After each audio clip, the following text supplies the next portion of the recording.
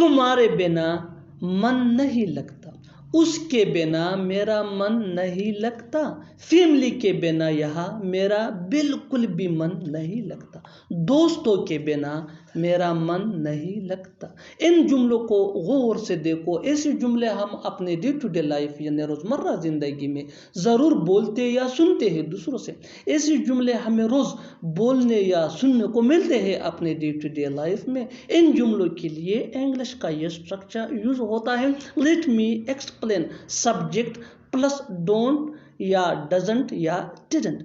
Don't ये आई we दे या plural name के साथ यूज होता है। डजंट ये ही शी इट या सिंगुलर नेम के साथ यूज होता है। और डिडंट ये पास्ट टेंस में यूज होता है। Plus feel like without plus other words. यही वो फार्मूला है जिसकी मदद से आप भी सीख सकते हैं अंग्रेजी जुबान आसानी से। That can be really helpful for you.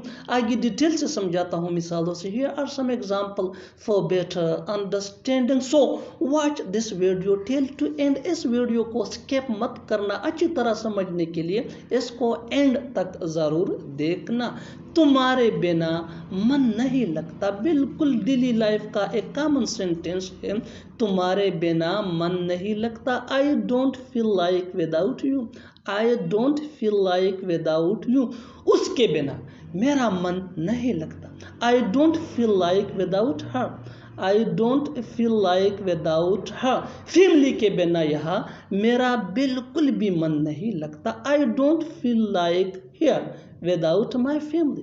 I don't feel like here without my family. दोस्तों के बिना मेरा मन यहाँ नहीं लगता। I don't feel like here without my friends. I don't feel like here without my friends. और आखिर में ये सेंटेंस आपके लिए कमेंट सेशन में इसका जवाब ज़रूर देना। उसका मेरे बिना मन नहीं लगता। उसका मेरे बिना मन नहीं लगता। Subscribe to English PS for more advanced English sentence structure. Thanks for joining me.